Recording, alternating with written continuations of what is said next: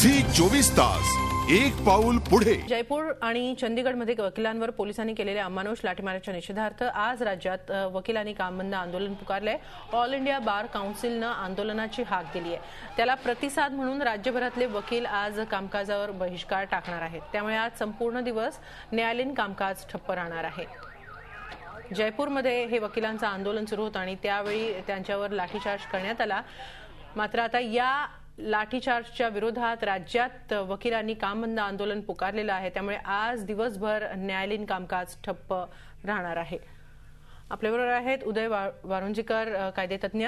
आपण त्यांच्याकडून त्यांची प्रतिक्रिया जाणून घेऊया। उदयजी, काम बंद आंदोलन वकिलांनी पुकारलेलं आहे। मुळात हा जो लाठीचार्ज झाला जयपूरमधल्या वकिलांवर, त्या आंदोलकांवर, आपलं काय म्हणणं आहे?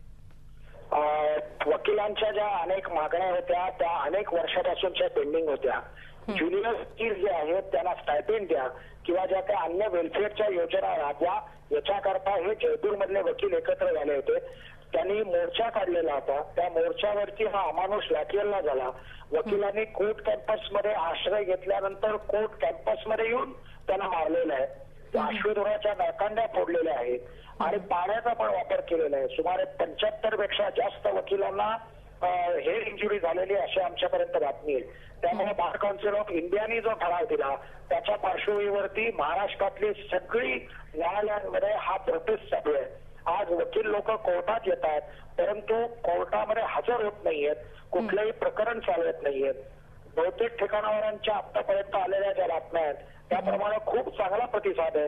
कारण महाराष्ट्राभरामध्ये असणारी 1,30,000 वकील या प्रकारच्या अशा कृत्याचा निषेध करतायत।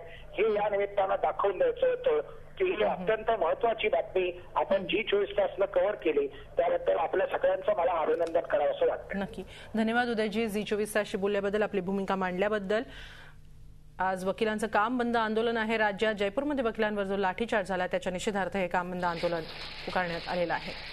झी 24 तास एक पाऊल पुढे।